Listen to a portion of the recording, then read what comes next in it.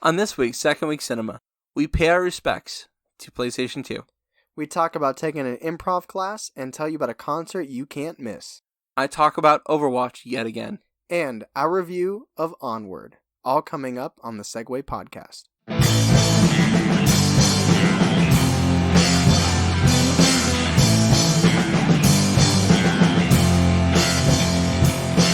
Hey, welcome to the Seg-Way. The best thing to happen to you on a Thursday. That's right, recording live in LeBron's backyard. We're back in the place. Back in the place. Gus is over there, the whiteboard's up.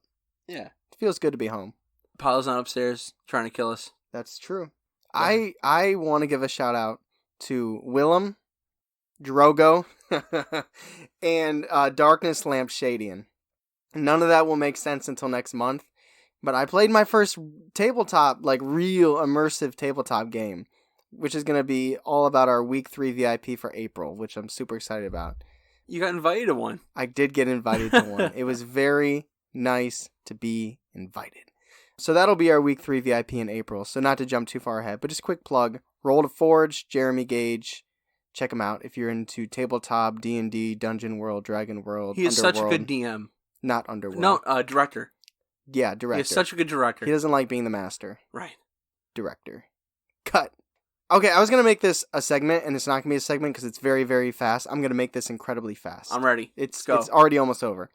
I was rooting for the Clippers to win because remember I called Kawhi was going to go to the Clippers, and he didn't go. He did go to the Clippers. I called that. I was excited. I was rooting for them. I wanted the Clippers to win. They're in the shadow of the Lakers. I never liked the Lakers. I'm like, let's go Clippers. The Clippers are freaking signing Joakim Noah, and there are very few NBA players I hate more than Joakim Noah. God damn it. He's on that Draymond Green level. So now, I don't know, Utah, Denver, Milwaukee, I don't know. I haven't picked a team yet. Who's the Thunder? Utah? Oklahoma. They're not. No, I'm going to cut you off. Well, I like Houston. Yeah, they're not either, but. God damn it. Just pick Utah, man. All right, Utah. Utah, you love Utah. It's in your top 10 states.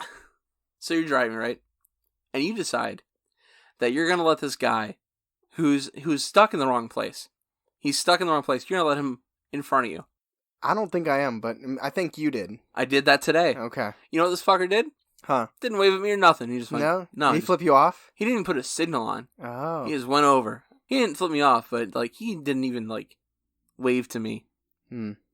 I no courtesy. You're going to get a text from an unknown number later, and it's going to be THNX. And be like, you'll know. Somebody texted me and asked if I was Jacob. I didn't respond. I probably should have said no, but... You should have said, this is Jake from Steak Farm. That would have been a good one.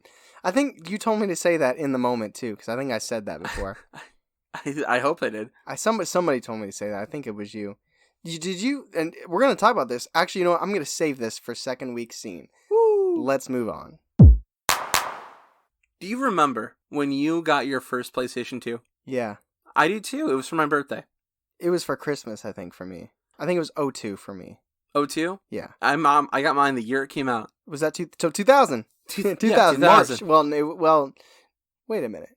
Did it come out in March of 2000 and you got it? Your birthday. Yes. Okay. I got it for my birthday the year it came out, though. But check this out, is celebrating PlayStation 2's 20th birthday. That is right. We are going to tell you 10 PlayStation 2 games that you should check out. And some of them are going to be very obvious, but there's some classics that people, didn't get to. Some sleepers. Yeah. Well, mine I don't think any of mine are sleepers, but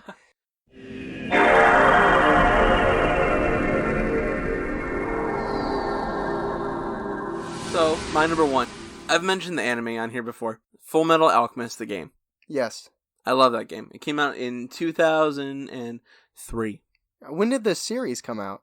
Before that, I think in the 90s. Really? The one you made me watch? Yeah. Man. People had dogs back then, and they were turning dogs into little girls back then? Yeah, man. That's crazy.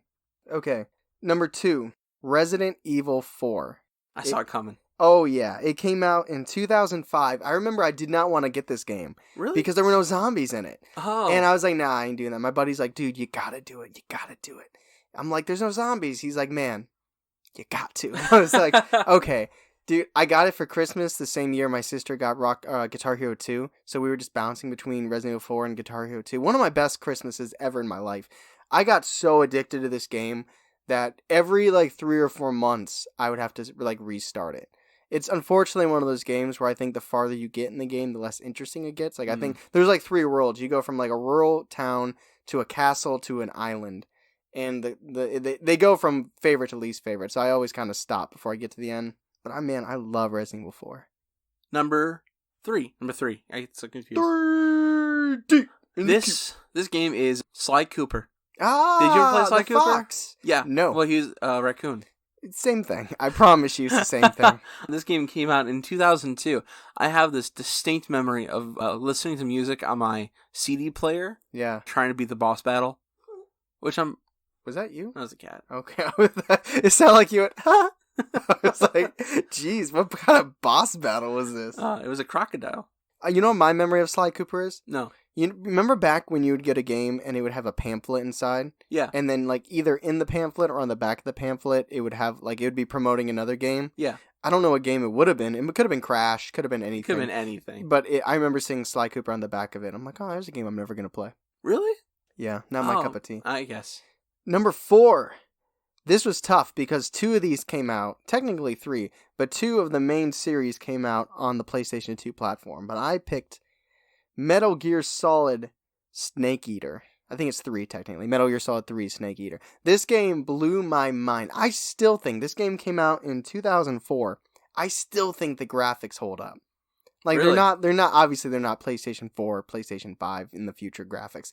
But it looks so good, and the whole dynamic of you're in the forest. Like the other games, it's like you're in this base, military base, sneak around. This one was like you're in the forest, so you get all these different like camouflage opportunities. So, like if you're against a tree, you got to change into like tree camouflage. You know, there was like a little bar that would show you how hidden you were.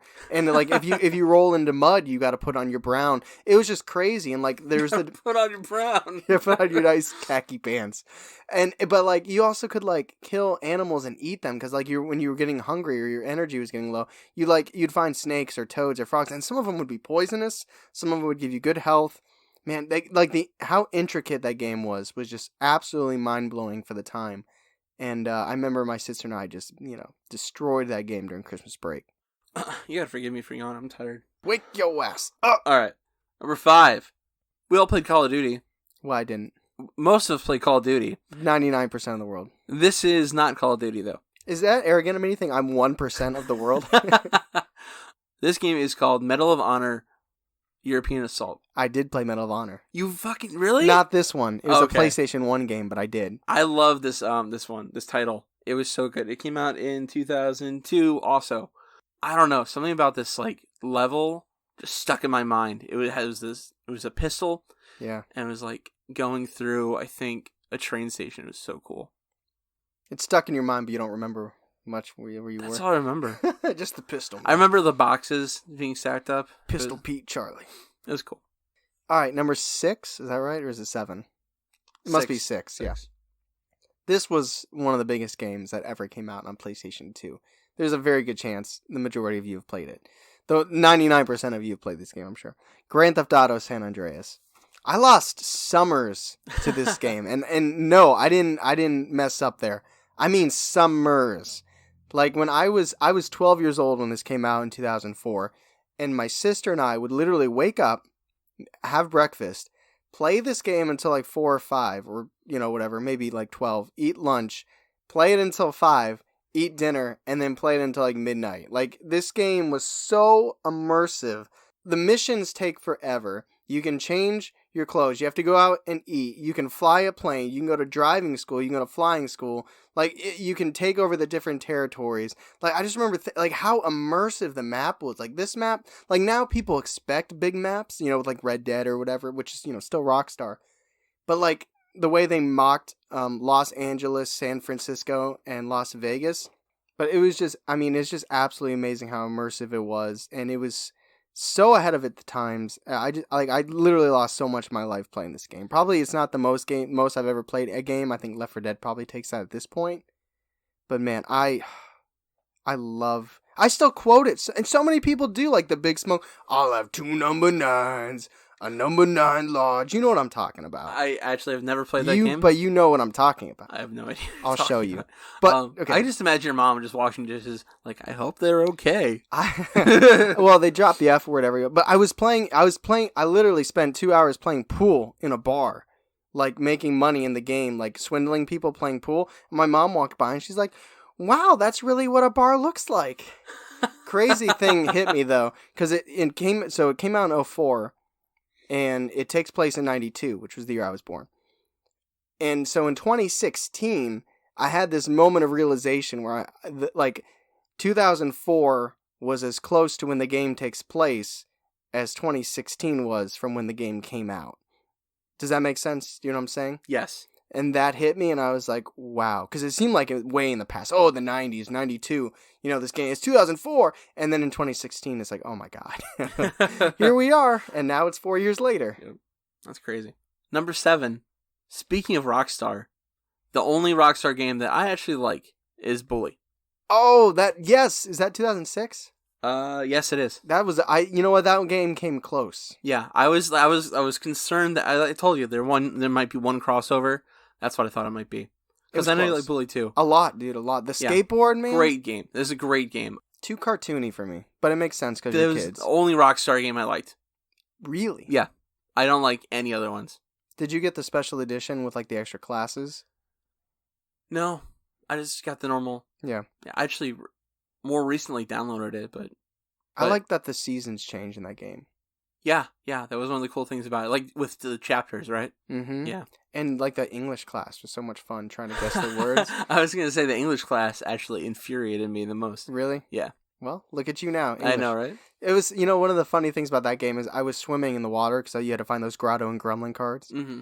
And this guy was like one of my sister's friends to watch me play.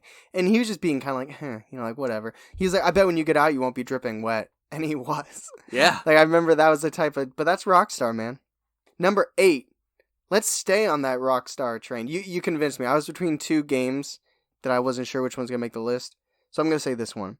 The Warriors. I haven't even heard of that. It came out in 2005. It is not a remake. It's what is it called where you take a movie and you make it a game? It's that. Oh. Not a rendition, but it's I don't know. What is that? If you have a movie and you make it into a game, it's called a... I don't know. It's called something. Yeah, I know. I don't know what it's called right now. I'm going to look it up. So, we'll just say it's based on. I don't like that. I don't like leaving it there. Alex, help us out. Yeah, I was going to call it Alex, actually. So it's based on the 70s movie. So basically you're a gang. It's like 70s New York, Coney Island street gang. And they get framed for killing this guy that was trying to unite all the gangs. So they have to fight their way back. But it shows like the beginnings of the gang and everything. But this game came out a year after San Andreas. And I just remember wishing that San Andreas had the fighting mechanics that this game had. Like, I love, it's this open world. Like, you get put in like a sandbox style game. The fighting is amazing. You can loot things, you can pick up different hats, and you can like pick up ice cream cones and stuff. The fighting is awesome. You can play split screen. It was one of the first games where it's like you could play split screen with somebody and like that type of a sandbox action game, split screen, which was a ton of fun. So I like to play with my sister and a couple of my buddies back then. Maybe I had dreams about being in a gang. Sorry, I had dreams about being in a gang after playing that. I wanted like the Warriors vest, but. It was a fun game. And then you realize you live in Ashbula. Yeah. And the only gang you could join was a bike gang. And I couldn't fight. And I would get killed. But it was a lot of fun. Well, now you could write a story about it. Mike? And I said now you could write a story. Now I can. Okay. Yeah. They said Mike can. I'm like, who the fuck Mike is could write a story.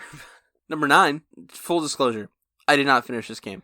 Okay. It's a good game, though. I really enjoyed playing it when I did. I actually didn't include a game because I didn't finish it. Oh. I'll say a quick Mafia, 2004. I didn't finish the last level, but I freaking loved Mafia. Mafia, the original, right? Yeah. But this game is attacking the Power of Juju. Oh, they made a TV show on that on Nickelodeon. It was terrible. No, terrible. The game was really fun, though. I bet. The game was a lot of fun. A little weird, but cool. What is the game? Like, what do you do? The only memory I have of it is jumping on plants and shooting insects with magic. Okay. I remember it being fun, though. Yeah. Another shout out, I won't go into it, The Godfather 2006. That game was absolutely amazing, but it's not on here. So my last game, number 10, The Sims 2 PS2. This is so amazing. I played The Sims. Busting Out. And so I put this game in my console. And my sister's on the computer. And she's like, just start, and then, we'll get going. And I remember, I put the controller down, and my thumb just very lightly bumped the analog stick, and I saw him take a step. And I was like, what? I said, what? And I moved the analog stick forward, and he started running. Clearly, you're not a Sims person, otherwise you know what I'm talking about. The way The Sims always worked on both console and PlayStation is you have like a beam of light, and you just cue things. It's like he's going to go to the fridge, and then he's going to sit down, then he's going to take a shower, and then he's going to go to bed, and then the day starts over. But this was direct control. So imagine any video game where your analog stick directly controls. I just started running around the house, and I was like, Kayla, look at this. And she's like, what are you doing? I'm like, I'm controlling the Sim. That blew my mind. It was so much fun. Another co-op game. There's a story mode that they attach. I really like the Sims Bustin' Out story mode. But the story mode and the co-op factor in The Sims 2 is amazing. And I was so disappointed when Sims 3 came out on console and they got rid of the direct control. I guess it was kind of like a hit or miss thing with fans. Hit with me, because it made it unique. If I wanted to play it the old way, I would just buy it on computer. For the console, I liked having the direct control. But that was, so Sims 2. PS2. Wow, that came out of left field. I love The Sims, dude. Wow, I love The Sims. I knew you liked them. I have a Sims story. Do you want to hear it? Yeah, real quick though. Very quick. Sorry. I want to say something really quick. Do you know what Sim stands for? Simulation, right? Yeah, that blew my mind when my dad told me that forever ago. I heard that the whole point is to teach you money doesn't matter. It doesn't buy you happiness. Because you can do cheats, you can get all the money you want, but once you get all the money, it's kind of like, well, what do I do now? I mean, yeah. Okay. If you had LeBron James money, you'd get bored eventually, I think. So here's my Sim story. I'll make this super fast for y'all. So one of the things that I think most people like to do is you like to create your friends in The Sims. Yeah. So I created Tyler Wright in The Sims, and this would have been 2009. I had it on my computer, Sims 3. And I kept inviting him over, and he was like, I'm busy. I'm like, dude, what are you doing? I created you. I want to hang out. How are we supposed to become best friends in this game if I can't hang out with you? So finally I left. I just ignored him. I'm like, whatever, fine. I'll hang out with the fake Sims that, the game created. So me and this girl are going to this club, and the bouncer is Tyler Wright. His character got a job. He got a job as a bouncer, and I went to go talk to him, and he literally denied me entrance to the club in the game. I was like, what the fuck? So that, first of all, congratulations, PS2, on 20 years of amazing gameplay and graphics that haven't quite held up. And here's to 20 more. That is, check these out. It is second week scene transparency. When we were starting to record this episode, we literally did not have this in there, and we were like, wait a minute. That's a big thing we did. Yeah, but hey, come on. We've only been doing this is the third time. We're hitting our stride. So I want to go back to what we kind of hinted at earlier when we were talking about the car driving. So when we drove to our second week scene event last month, I was looking in my rearview mirror when we were merging, and I just saw this car not giving you the time of day. I was trying to get over, and he's like, nah, you can drive in the grass for give a fuck. And I said, guy, you gotta let me over. I almost died. This guy almost killed me. You know how mad I would have been at you if I had to go to improv alone? If you were dead and I had to try, how would I explain that to them?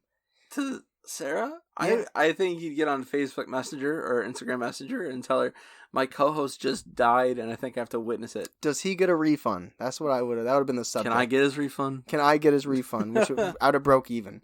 So, if that's not hint enough, we made an Instagram post about this, or a story. Definitely. So our second week scene that we went to last month was an improv class with Sarah Yeager. And keep your eyes peeled and your ears peeled open, because she might be on the show, in a couple months. We went to improv. It was an intimate group. It was Charlie and I. It was Sarah running it. It was her mother, Nancy. I forgot her name. I'm glad you reminded me. I got you. Okay. And then Kevin. Kevin showed up a little bit late. Because I remember I was thinking about the bird from Up. Oh, really? Kevin. Okay.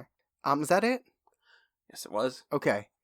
Yeah, so it was fun, because we used to do improv religiously back in undergrad, and that was 6 years ago. I graduated 6 years ago from undergrad. So I was nervous. I went, when we were driving there, when you almost died, I was like, man, I got to bring my A game. I was like doing mouth warm-ups, like trying to get in like a good mood in the car. Really? Yeah, I was like, I wanna do well. Can I be honest? Yeah. I was mindlessly listening to the last podcast on the left. That's fine. Yeah, I was not. Honestly, I was probably a little too cocky about it. I'm like, I'm going to do great. I always get more nervous than you in pretty much everything we do. That's true. So it was okay. So it was heavy in learning techniques. Yes. Which makes sense. It's not, no, yeah, you're right. It is what it is. It's a learning seminar. Yes. But it makes sense because you pay for it. You're paying to learn how to do improv. And I think this is where maybe Charlie and I were a little off because it wasn't like we learned stuff. It's not like we did not learn because there were definitely techniques that we learned that we didn't know and we didn't remember. But there was very minimal scene play. But it was a really good refresher in a lot of ways. And it helped me. It was probably the most out of my mind that I'd been in a long time. And by that, I mean like letting your body just kind of be free and not like thinking about how you look or what you're doing or, you know what I mean? It's like I felt very comfortable in my own skin from some of the exercise we did, which, for better or worse, it was kind of nice kind of getting back to that type of mindset, if that makes sense. Yeah, and not really have to like worry about yourself. Just not really paying attention to yourself, paying attention to what you're doing. Yeah. Is more, yeah, that's... Go ahead. So what would you say is the funnest thing we did, and what would you say was the hardest thing we did? The hardest thing we did, I think, was the establishing question scene. Yeah. Yeah. You have 3 lines, and you and your partner have to establish who you are, what's your relationship, where you are, what you're doing, and what's your relationship. And then the most fun thing we did, I think that was the master servant scene. That was the most scene work we got to do. Yeah, because we love scene work. Like Yeah. that was. I mean, just going up there, getting a shout out from the crowd, and then just doing it was such a thrill. So the way the master and servant game work was, 2 people were up there, and one was the servant, one was the master, and the master had to speak for both themselves and the servant. So the servant could still propel the scene through actions, but they couldn't speak. Right. And the servant or the master had to make sure they were paying very close attention to what they were doing to both drive the scene and to accurately speak for them. Yeah, like I haven't been that physical probably since we've done improv 1,000 years ago. I was sweating, dude. I know, right? Yeah, I was like, okay. And I went back into the scene. Like I had to catch my breath, you know? Yeah, I think I would agree with you 100%. I think the master and the servant was the most fun because it was it resembled the closest to old scene work that we used to do. And the establishing was hard just because I was so in my head. Like yeah, I couldn't just go out. What's next? What do I gotta do? What needs to be said still? I think if there's anything I felt was missing, which is my own expectation on the class was great, especially, listen, don't be intimidated, guys. If you have ever wanted to take an improv class, this is absolutely fantastic. Sarah is very inviting. She's very kind. She helps you out, and she doesn't save you.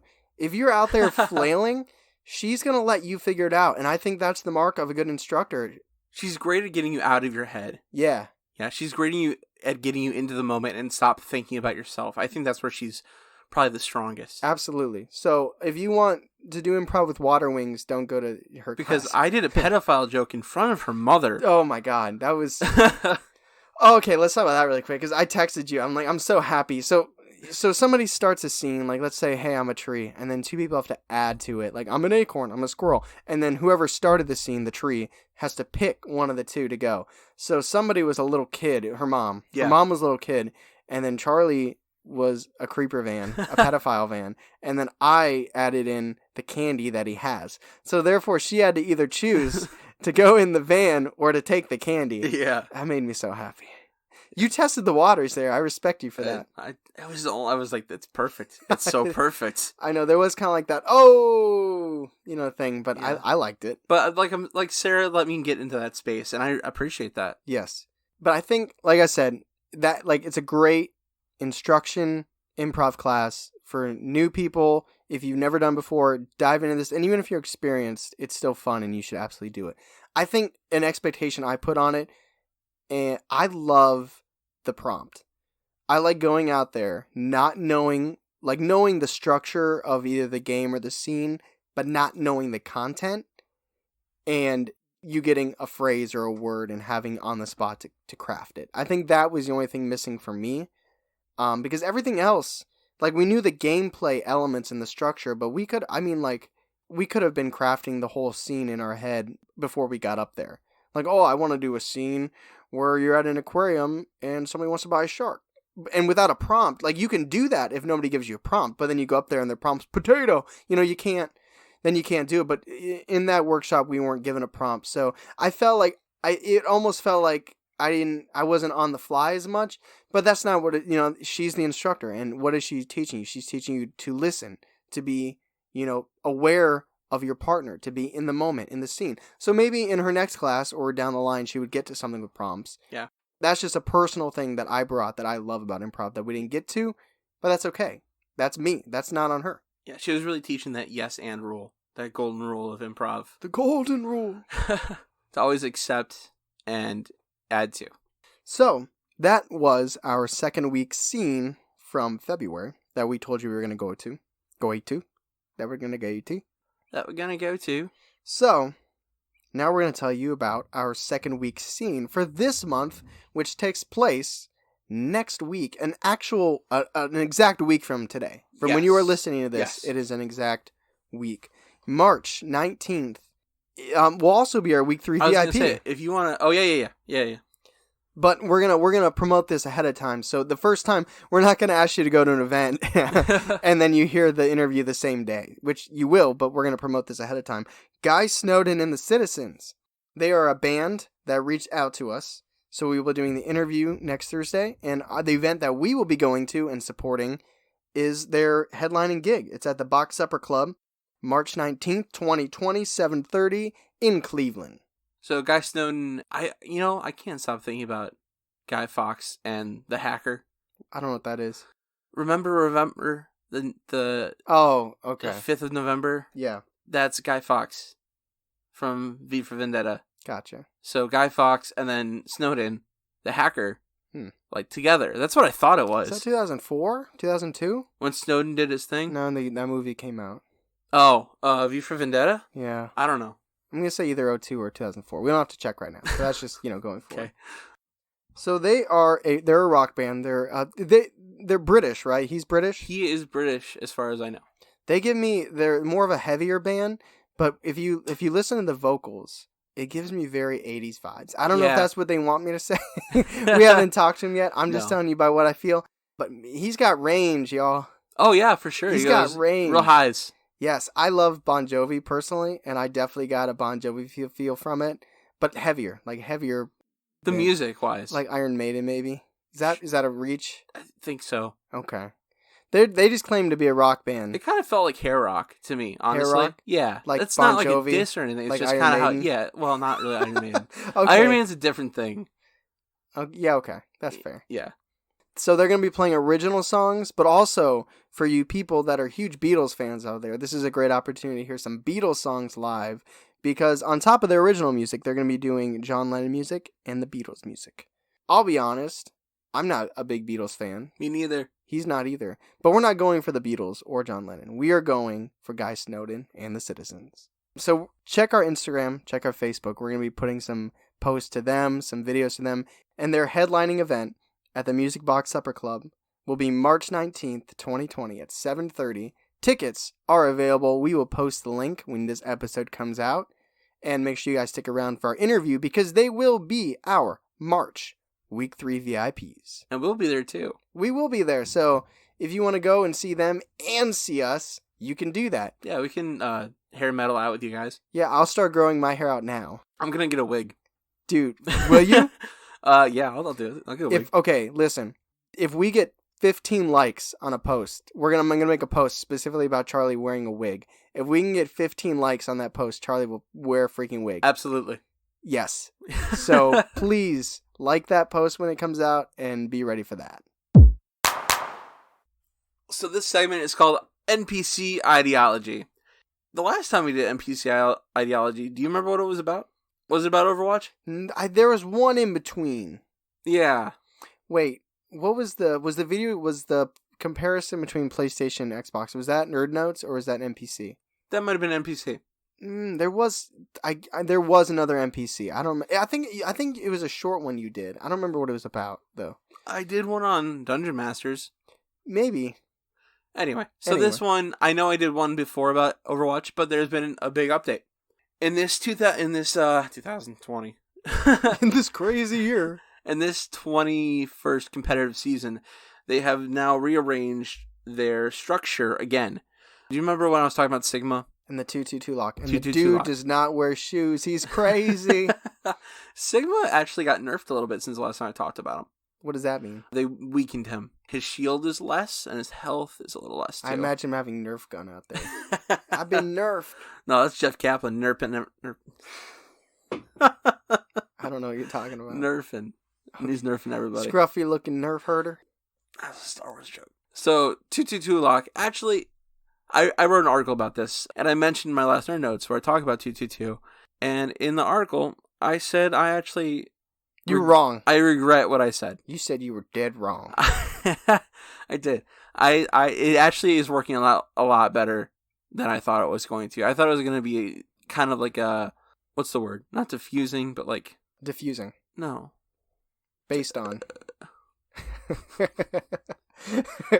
It would make it like a smaller kind of game. It did not. I think it made it more accessible. Okay. I think you say it's kind of a bigger kind of game. It did make... It did make wait times for certain classes lengthen, like my class in particular, of course. Yeah.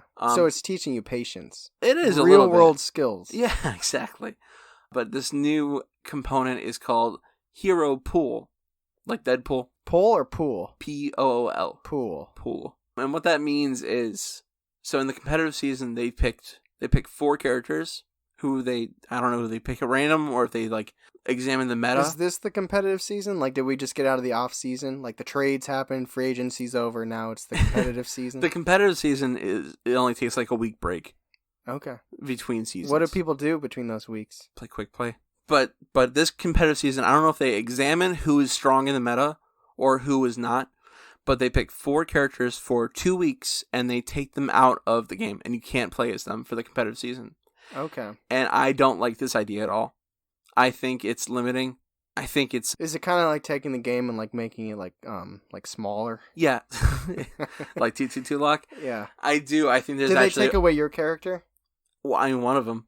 Alright. Somebody got a new skin though, my favorite. Apparently she's a girl. They all get skins all the time. Yeah, but this one... They should have skin. That's the most beautiful organ on the body. Okay. So this is like... I think it's a slippery slope to doing something that they don't want to do with the game. I think it's causing censorship. And yeah, the characters come back, but they're going to take away 4 more. I think, where's the limit? You know, like maybe they want people to try new things. Because I think gamers can get stuck in the same category. Yeah. And maybe they want you to not get stuck. Maybe they think it won't get old if you're constantly trying new characters. That's a fair guess, I think. But I think in reality, not like what you said isn't reality, but I think what they're in trying your to... opinion is what you're saying. In my opinion, what I think they're trying to do is make sure the meta stays fresh. They want to keep switching out the meta. Like, if they don't want one character to get too strong inside the meta, and then everyone only plays Orisa. Yeah, well, maybe they're looking for the longevity of the game. They'd be like, we don't want to make a sequel, so let's just make this game be as fresh as long as it possibly can. That's funny, they are making a sequel. Well, then, maybe they're trying to piss people off, so they will spend the money to buy the new game. I'm just scared that this is going to lead to censorship, and, like, where's the limit? Like, are they going to start taking out more than 4? Is it going to be like, we're going to take out these 20, you can only play as these 6 for a certain amount of time? I don't know. That's why single-player games are the best. I think it's a slippery slope. Okay, that's fair. So, hey, Overwatch, be on the lookout. Charlie coming for you. And that is my NPC ideology. It is second week cinema time. We were going to see The Way Back. We didn't go see it. Instead, we went to go see Onward. It was kind of my pick. It was, but that's cool. I appreciate that. I have a lot of faith in Pixar. As you should. They have a pretty stellar reputation. They do. So even though, it's geared towards children like Dora, it's like they're generally good movies that pretty much anybody can enjoy. But this was our first... I was thinking about this today. This is our first animated movie. Yes. Which I think it affected my cinematography. Yes. It was hard. It was hard. It was hard because it's like, we'll get to that. Some of my biggest problems I have aren't even about the movie. It's like about the previews and going into it. So can I say two things? Can I get 2 rants off really quick? Yeah, I know do it's it. kind of Why not? It's our show. It Why is not? our show. Damn it. Okay, first of all, Don't what? touch my feet. Yeah, sorry. What is going on with the getting high in these kids shows things? It's weird. I don't have a list thing. in front of me. This is an off the cuff rant, but it was The Good Dinosaur. It was in Dora. It was in I guess like Gretel and Hansel. Different but they're kids and. I'll have more for you going forward. We watched a preview. What, SpongeBob? No. SpongeBob. But was it that one? Yeah. Oh yeah, maybe.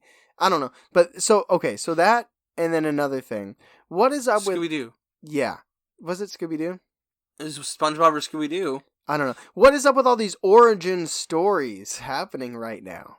Because we got the Gru movie coming out where it's Baby Gru and how Gru came to do it. Then you got Scooby-Doo and how he came about, which I like how the Scooby-Doo's been around for like 60 years, and this new 2020 movie has the balls to say where his name came from, which was from a box of Scooby snacks. Yeah. Like, I feel like 60 years later, you can't explain something like that. Like, I feel like you don't have the right to be like, oh, we just created the origin of his name. And maybe in the 60s or 70s, they say where it came from. I think, is it a 70s show? I don't know when it started.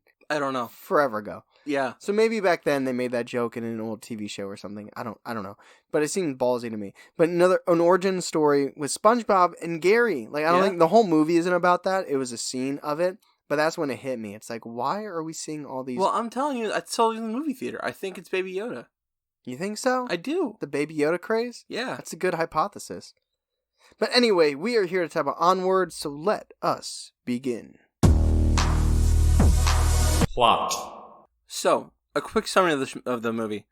There are 2 elf boys, upper teens. Their dad died when they were very young. They found out their dad left them a spell to bring them back for one day. Which, I'm not touching anything the trailer didn't touch on. No. Right. Trailers like to do that now. Yeah, right? So he comes back for a day, except they mess up the spell, and it's only legs. Another thing that's in the trailer. That's and then right. you leaned over and you're like, they shouldn't have put that in the trailer. Yeah, this should not have been a reveal. Like, that should have been a reveal for the movie. There's like, here's a really great scene. How could we kill all the suspense and tension? Well, put it in the trailer. Yeah, I was okay. like, I was like, I know he's not there. Yeah, like it would have been a really kind of like, oh my god moment if it wasn't in the trailer. Yeah. So the movie is about how they can try to fix this situation that they inevitably created. What's that phrase you didn't like? Shenanigans ensue? Oh my god. Hilarity Okay, ensues. Okay. But it was fun though. So that's basically it's about the journey, really, to get that. Yes. So I wrote down some thoughts. I collected my thoughts because we saw this yesterday. I imagine you, like, there's a little tiny version of you in your head with, like, a little butterfly net trying to gather your thoughts, just frolicking around. Like, Dude. come here! I have opinions! That is my real life every day. Perfect. So I think it was a little kind of trope heavy. You know what I mean? Oh, yeah. Yeah, it was really heavy on the tropes. And I almost understand why they do it for a kid's movie, Yes. but it's almost too much. Do you have an example of one where it's like it hits you and you're like, all right, we get it. The nerdy kid was kind of heavy. The screw up kid was hardly hinted at. Yeah. Is that the right word? What do you Maybe mean? not. Like it was like hammered down. Oh, it was like they were just smashing in your face. Yeah. Like, here, look, he's a nerd and he's a screw up and he messes up and he doesn't have friends and he's awkward. They have a cringe scene. Like, there's a scene that if I would have been watching with Claire in not in a movie theater, she would have fast forwarded it. What scene? When he's trying to invite them over to his Oh. birthday party, that would have been hurt. fast forward. Fuck out of that. I was cringing. I was like, those are moments where I take myself out of the movie and I'm thinking it's just a movie. They know the lines. They're actors. They're reading this. It's just a movie. And that's a me thing. I can't knock that. And I didn't knock the film for it, but I did have to take myself out. It's like when you get really scared in a scary movie and you start reminding yourself they're actors in a hot tub somewhere right now. Yeah. And like the same thing for this. I'm like, okay, they know the lines. It's supposed to be awkward. They have to establish that the stasis isn't very good. You know, it's like I had to take myself out. There's a lot of repetition too. Did you notice that in the beginning? With the intro part. Like they do the same intro like 15 minutes in. Well, the intro is a voiceover read by the father, which you find out later that there was a letter written by the father. But I kind of see that as a nice tie-in. I feel like that was a callback. It was a lot of repetition, but I also understand why they do it for a kids movie. So I didn't really knock it for that. I almost liked it eventually. I liked it as a callback, personally. Okay, so the first act, this almost gets into pacing a little bit, but I won't let it go with that. The third act, I thought, has a tendency to drag in movies. Yeah. I think this did not. I thought the third act, the way it was structured with the rest of the movie was really strong. And I thought that was actually some of the stronger parts, was the third act. That led me to really enjoy the plot more. Yeah. No, that's fair. Because it's tough. Because Act 1 is you're setting everything up. Act 2 is the meat of the story. And both in Act 1 and Act 2, you're creating loose ends. Yes. And you're putting little pieces in play. And Act 3 is where a lot of amateur screenwriters fail. You have to tie everything together beautifully, like a nice Christmas wrap bow, and they did do a fantastic job. Oh yeah, well it's Pixar. Yeah, and that's the same thing. It's not like we were going into some random cartoon. Like when you see it's Pixar, you're kind of like, oh okay, I'm gonna trust this. So when you picked it, I was like, yeah, let's see this movie. I think it'll be good. They had and we can't talk about it, but they had an absolute bold choice at the end of this movie, and I loved it. I agree. I know exactly what you're talking when about. you think about a character's arc, where they start and where they finish, they set up the main character, Ian, played by Tom Holland, who we're both sick of. I'm just saying that now. His character arc is so heavily involved with his father, and then the way it ends, I just love it. Yeah. Like, I won't go any farther than that so that you can't insinuate what I'm trying to say. I love the way that they finished that with him. It was bold and strong. I just think it's amazing. And some people might not like it. I'm actually really curious to see what some people say about it if they see it. In the beginning, they did hammer a little hard at the dead dad thing. Yeah, he's dead. He's dead. He's dead. I know your dad. He died. There were some moments, probably if there was a weak moment that I didn't like, it's like you were saying, they were hammering down that Barley, played by Chris Pratt, was a screw up. I'm a screw up. I'm a screw up. I'm a screw up. They did a really creative way to get Ian's character to reveal that he does think he's a screw up. Yes. That was done really well, really creative. But then it's just they're past it. I remember thinking, I was like, how are they going to get over this? That was heavy. And then they're like, oh yeah, we're doing this thing and we're doing this thing. Hey, let me have a chance. Okay, we're past that. But it did also come back. Yeah. It did come back. It wasn't just forgotten completely. Yeah, you're right. It did come back. It's interesting because going into this, I thought it was mostly about a father and son relationship and like missing that relationship. This is totally a story about brothers. So I think if you have a brother, which I don't, then this might mean something maybe extra special to you. I don't know. I have no siblings. So but I still liked it. So yes. What would you score the plot? I gave it a 4. I give it a 4 too. And that is a score of 8. Pacing. So this, I was never taken out by it being too slow or too fast. I think the ending may have gone a little fast and there might have been some slower moments, but you need to have moments like that. Like that's just like there's like fast speeding chases on the highway, and then there's like slow scenes where you're getting character development, and you can't knock a film for that because you need to have that type of caring for these characters. You need to care about them when they get in perilous situations. I thought the ebb and flow of this movie was fantastic. I do. I really thought it was very good. Maybe a little slow in the beginning for me, just with the hammering of the dead dad thing. Yeah. Like, I get it. He died. Oh. Like listening to the cassette. Yeah. But that was cool. When he was talking back to it. Yeah, like it just shows how many times you listen to that. Pixar is very talented. Like that's just It's just a fact. Like Pixar knows it's very rare that they'll fall flat. It's very rare that something doesn't work or it just seems like they hit a wrong note. I can only imagine the budget that went into this. Oh my god, I don't even know. Okay, this isn't pacing, but I'm going to ask you now. I don't think we have a lot to say about pacing. I think we both liked it. I think, yeah. So I'm going to ask you this now. Sure. What did you think about it being mystical characters in our world? I thought it was a better version of Bright, which I said That's in the right, video. you did say that. Did you ever see Bright? No. Oh my god, it was dog shit. Is that Will Smith? Yeah. It was bad. It was bad as fuck. Because it's like, it's our world. There's cell phones, people driving cars, But then there's all these mystical, elves and centaurs and fairies. But it's like they know it. It's like they're in on the joke where like the centaur's a cop. Like he's driving his car and then the older brother Barley's like, you used to run, your kind used to run. And he's like, oh, why would I need to do that? I have a car. I thought it was really well handled how they transitioned magic to modern day life. Yeah, it was cool. Because they're like, the wizards. Like, the wizards are the thing to be. So also playing this after Dungeon World. Or Dragon World. Dungeon World. Was it Dungeon World? Yeah. I got it right? Yeah. Playing this after that, because Barley, Chris Pratt's character, is like all into the tabletop. And it's just the perfect combination of you have the young nerdy kid that has the skill and he doesn't know it. And then you got the guide, the Gandalf. You have the one, well, I guess Gandalf does have the skill. But you have like the guy that knows everything but can't do it. So they're the perfect pair. I gave it a 4. The pacing? Yes. I give it a 5. That is a score of 9, which puts us at 17. Acting. So the acting in Onward.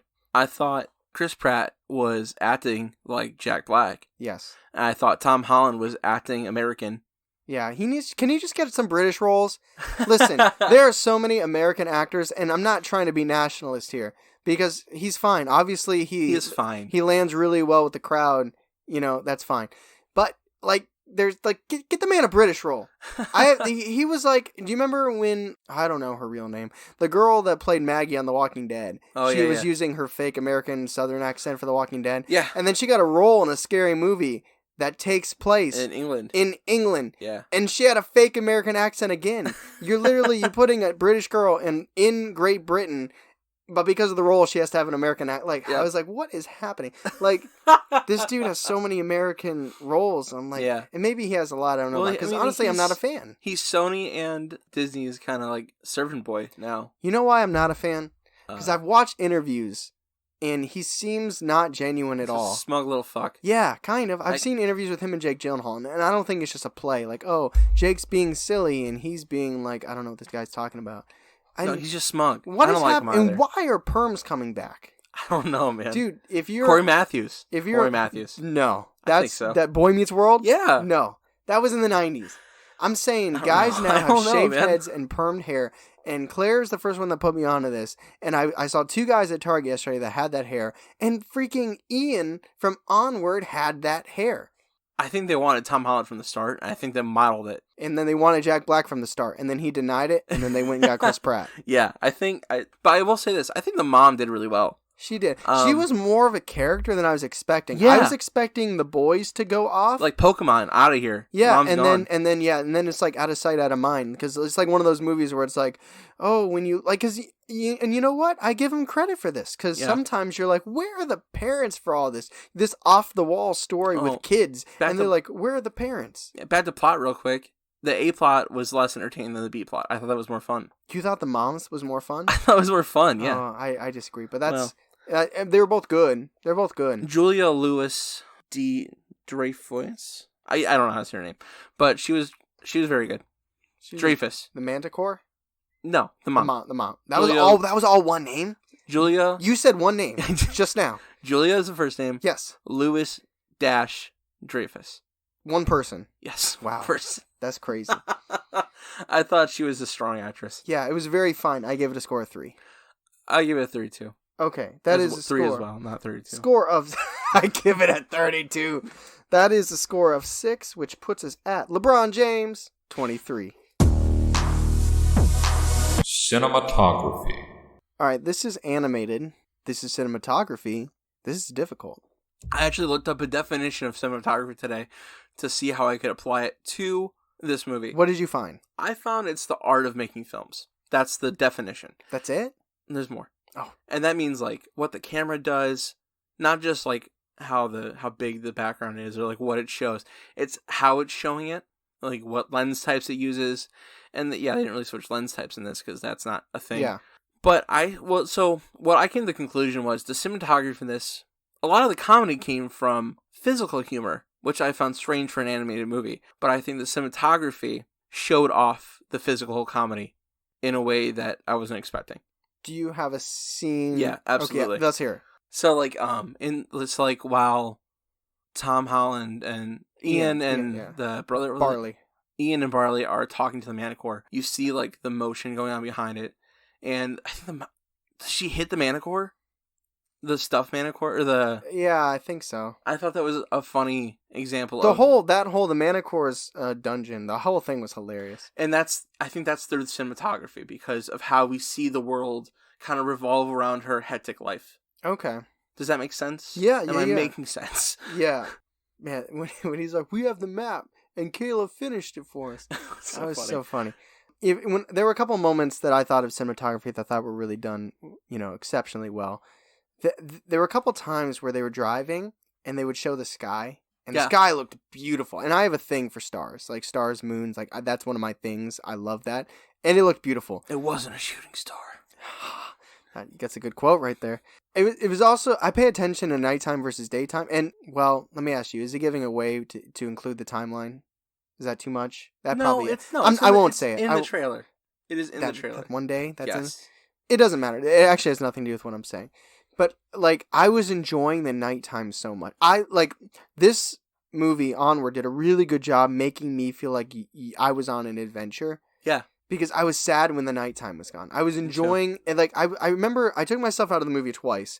One, it was when they were driving. Oh God, Guinevere. When they're driving Guinevere, and they decided to take the other path. And I remember thinking, this is just a beautiful film. Like it's just like it looks. Some of the and I was like, how do they do this? Because some of it looks so real, but then some of it's so like cartoony. Yeah, and it's just so good. And there's another scene, it's like when a character doubts himself, then they must face a moment where they have to trust themselves. And, walking over a cliff and trusting that there's going to be a fake bridge there is a scene like that. And I thought that scene was done really well. And that made me think of when you were saying how the animation was leading to jokes and to moments. Like how, doing something animated that maybe you couldn't have done with film in like the 90s or something. Yeah. I mean, they would have found a way in the 90s. Steven Spielberg would have found a way. Yeah. But they did take advantage of the fact that they were animated. They totally did. I mean, I don't understand the art of animation. Like, it blows my mind. It's something I'll never fully understand. I know, right? It's just amazing. I appreciate what we saw. Do you have any other comments? No, let's squirt. What'd you give? A 5. I give it a 4. So that is a 9, which puts us at 32. Dialogue. The lines were not really what made this movie memorable, but I don't think it hurt it. No, I was never like, oh, that's amazing, or that's super quotable, or I'm going to put that quote of the day at my work. But I was never like taken out by like bad acting. Exactly, yeah. So, I mean, they also had I don't want to say an all-star cast because I don't love Tom Holland, but they had. I mean, it wasn't random nobodies. It was a popular cast. It was a popular cast. They did good. They owned their characters. They definitely wanted Jack Black. You cannot convince me they did not want Jack Black. I absolutely think so. Are there any lines you remember that stuck out to you? I used to be an adventurer for the Manticore. Yeah. I don't remember her whole quote, but I just remember her screaming that, breathing fire. Are you working hard or hardly working? Oh, yeah. They put that in there a lot, though. Yeah. Well, it was supposed to be a callback, Yeah. When he takes his hat off and the hair, yeah, that's a good moment. I mean, I am a warrior. The mom. Yeah, that was good. I am a warrior. Yeah, that's a callback, too, though. Yeah. That's not in dialogue, that's in plot. I think it's a Pixar thing. I think it's the quality of a good movie. You plant seeds in the beginning. Yeah. You have your adventure in the middle, and then you tie things together, and you make it all fit in the end. And this movie did that. But it's like nobody's going to remember this movie because of the insane dialogue. No, that's true. It was good. The actors were good. Chris Pratt did his best Jack Black impression. Tom Holland did his best American impression. Yeah. I gave it right down the middle 3. I give it 3 as well. That is a score of 6, which puts us at 38, which I believe is Michael Jordan. Really? God damn. If only their dialogue had been a little bit better. Yeah. Yeah, when we got to 32 in cinematography, I knew we weren't going to get caviar and dry wine. I was rooting for it too. I think if they would have got Jack Black, they would have got what they wanted. I think I enjoyed Chris Pratt more than Tom Holland, though. I thought Chris Pratt did a fine job. I do too. I thought he was very good. I think Jack Black would have been better, but He would have been more over the top for sure. yeah. But I don't know if, Jack Black would have been more over the top in the intense, I'm driving around, I got my arm out the window, I'm smacking my truck moments. But in the more of the calm moments, like when he's trying to be serious, I don't know if Jack would have been better than Chris Pratt. I want you to do some homework. I want you to watch School of Rock again. Listen, I watched it on TV like 6 months ago, and I saw it on Broadway twice in the last year. I know that's not Jack Black though. It's his role though. It's the same shit. But what is his name? I was gonna give him a shout out. It doesn't matter. He was great. He had that perm hair though. Never mind. He did. Fuck that. I've seen it. I don't know if I've seen it. I believe he could do it. I'm sure he could. I just think maybe it was easier for Chris Pratt. But I don't want to, that did not take away from Onward at all for me. I think Chris Pratt nailed it. I think he did fine. I'm over Tom Holland. And that is our second week cinema. Do you know who Guinevere is? Guinevere is, she's the girl in You, right? Guinevere Beck. Boy. What? Yeah, in the You with Joe. Is the it? TV show You on that's Netflix? Not what. Do you Guinevere. know who Guinevere is referring to? Her. I listen, I guarantee you, Pixar watched You on Netflix and was like, Guinevere, that's the name right there. Guinevere is Arthur's queen. Like Arthur, like the fist Arthur, like the aardvark. Ooh, I'm angry. He's not old enough to have a queen. He's King Arthur. probably old enough now. Well, I mean, I think it's just John Legend. The Beatles? No, John Legend. Oh, the singer. Yeah, who looks just like Arthur. Anyway, what's the fucking saying? Onward, Guinevere. We'll move on. So thank you for listening to this second. Wait, did you ever say who it was? Yeah, Arthur's queen. Arthur who? From King Arthur and the Round Table. What is that? What? What is that? King Arthur and the Round Table? Yeah, at first I was thinking you were talking about forever ago King Arthur, and then you said the round. Yeah, forever ago. In the Round Table, that's his thing. They didn't have rectangles back then? He had a special round table because they're all equal. That's nice. Yeah, it is nice. It was the first time anyone thought of that. So what he's saying is my van is equal to me. Guinevere's the queen. Guinevere actually cheated on King Arthur a lot. Well, then that van got what it deserved. With Ganymede and I can't remember his name, but you sound like The Grudge there for a second. Thank you for listening to the second week cinema and second week scene. We hope to see you at the show March 19th at the Music Box Supper Club. I think I said that right. That's right, yeah. With Guy Snowdon and us and the citizens. And the citizens. If you like that post, I will wear a wig.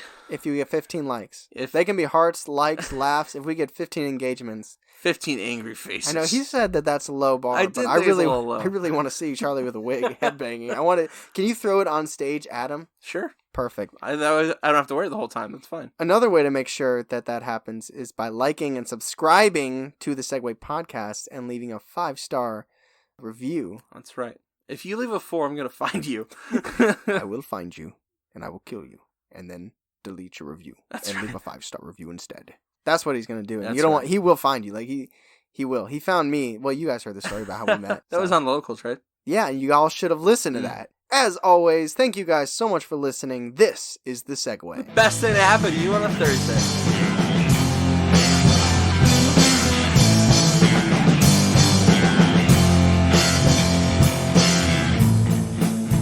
Dude, can you put the sound of the PS2 in here like that? Yeah, probably. We got to do that. I hope we don't get sued for it, but yeah. By who? Come on. PlayStation? Sony. It would be Sony. Yeah. All right, start us off. And keep your eyes peeled and your ears peeled open, because she might be on the show, in a couple months. What the hell? What are you doing? It's an M. It's an M, right? For what? May? Month? Yeah. Yeah.